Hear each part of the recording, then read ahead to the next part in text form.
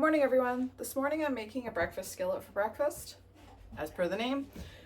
I like to use up the stuff in my fridge. I find this is a good way to do that when it comes to produce, especially in the winter times and the falls where we live. Things don't typically tend to stay very fresh very long. Even though we have a freezer full of stuff that has been preserved for us, I still sometimes will buy, depending on the deals, some of the fresh produce.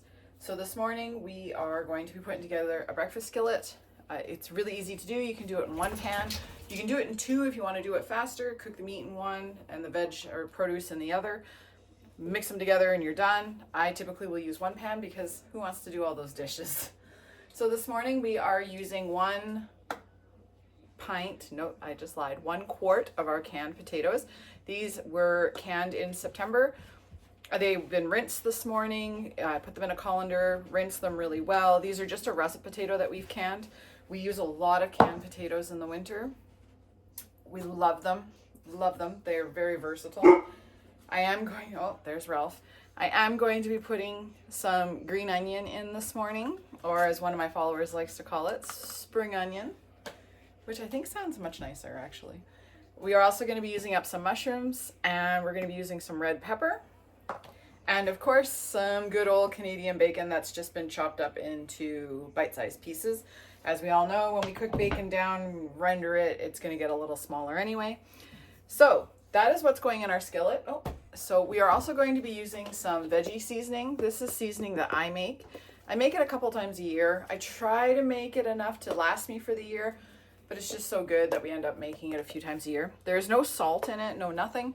It is literally just dehydrated vegetables. So this one is green beans, corn, peas, carrots, and I believe that is it. And then I dehydrate them down and I put them in my mill and I blend them up and I get this beautiful powder. We use it in everything that we do. It's fantastic. I'm also going to be using a little bit of ultimate seasoning. It's a mixture of a bunch of different spices.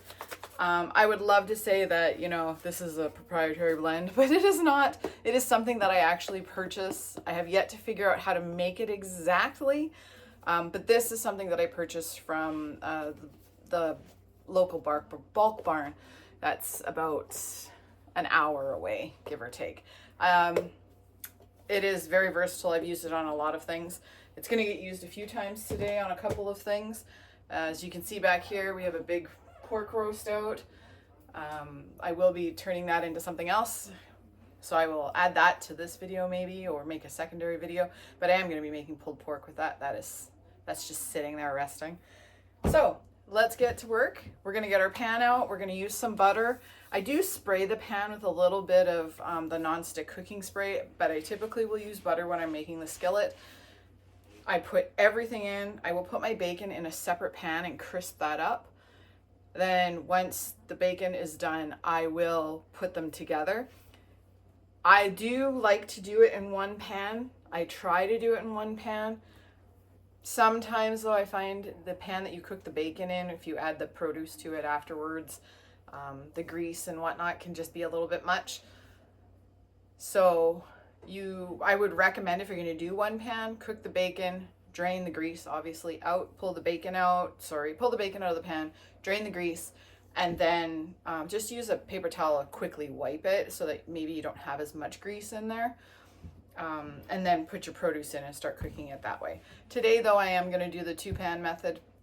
So I'm going to cook my bacon in one, my produce in the other, and then I will be back when that is cooked and we'll put it together. So as you can see, 2-pan method. My bacon is cooking in one, which by the way smells absolutely amazing. I have my potatoes, my mushrooms, and my peppers in here. I'll add the onions more towards the end because I like them when they stay a little crispy, especially when I'm using a green onion. The flavor is just better for me.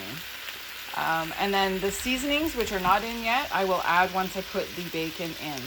Now, the ultimate seasoning, I will warn you, you don't need to use a lot of. It's extremely flavorful, but it also has salt in it, so you need to be careful. Right now, there is no salt or pepper in either pan.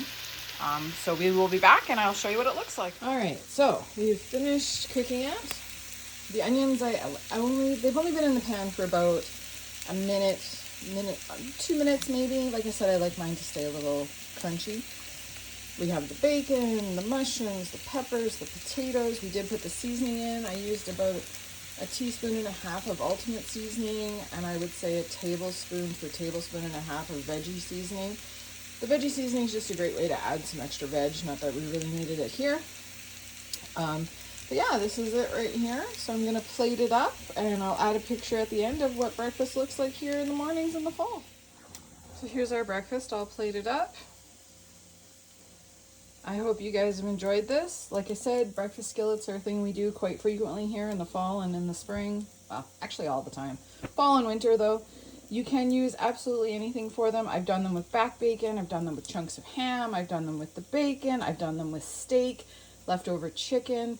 These skillets are really versatile, which is great. So enjoy, have fun, and make some new recipes.